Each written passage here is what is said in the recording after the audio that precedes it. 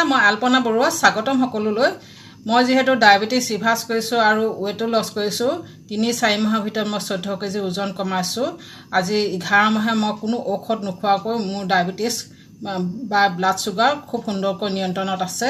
সেয়ে আপোনালোকক এই অভিজ্ঞতাৰ পৰাই আপোনালোকক কৈছোঁ, আপোনালোকে পানী খাওক।